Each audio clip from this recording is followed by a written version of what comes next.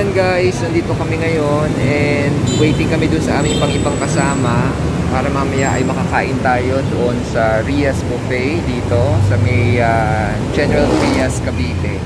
So napadpad lang kami dito. We have an activity and we take time na maghanap ng makakainan and ito yung nakita namin. So check natin, 439 lang pala yung buffet dito. And maraming mga options ng food, pwede ka rin magpaluto. So, enjoy nyo lang video while watching guys. And, yeah. Yun lang, tingnan natin mamaya kung ano yung pwede nating mga makain dyan. And guys, we will try this Zerl Rias Grill and Restaurant All-You-Can-Eat Buffet. Tingnan natin kung ano mga pagkain dito guys. I share ko sa iyo. Dito ay located to dito sa may General Trias, Cavite. Let's check the food. 439. Pwedeng i-video. Kasi yung mga kasama namin darating dito, parang mga 7 kami. Nilipay lang namin. Ito. Pwede nyo po yung ipaluto, sir. Ipapaluto yan. Check ko lang. Tapos, yung mga ready na.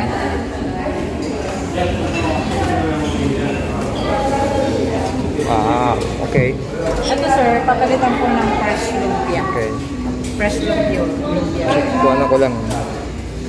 Tapos, ito mga pasta. Okay.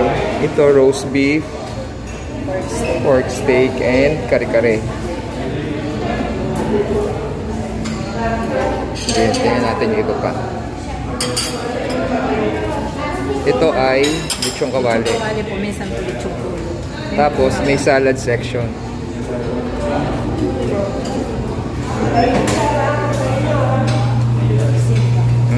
Sinigang at saka okay. Tapos doon, ano yung may kape? May ice cream, may coffee, may tea, and may mga fruits. Fruits, ano to ng halo-halo section?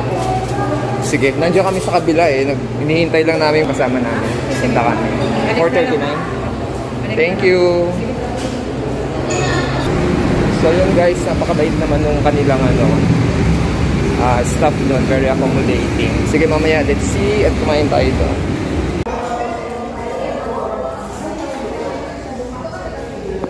Maganda. For our first food, ipainin.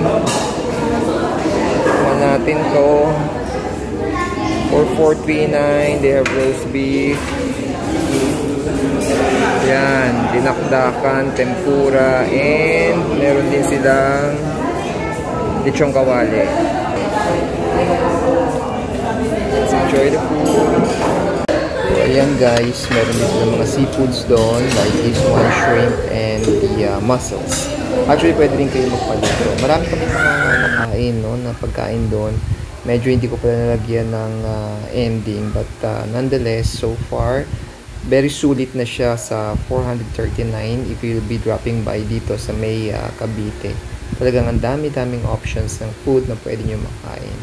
So, yun lang. I hope this video gives you information. Kaya kung gusto nyo pumunta dito sa Zerl Rias na to, sulit ang 439 nyo. Enjoy guys and thanks for watching. Bye-bye!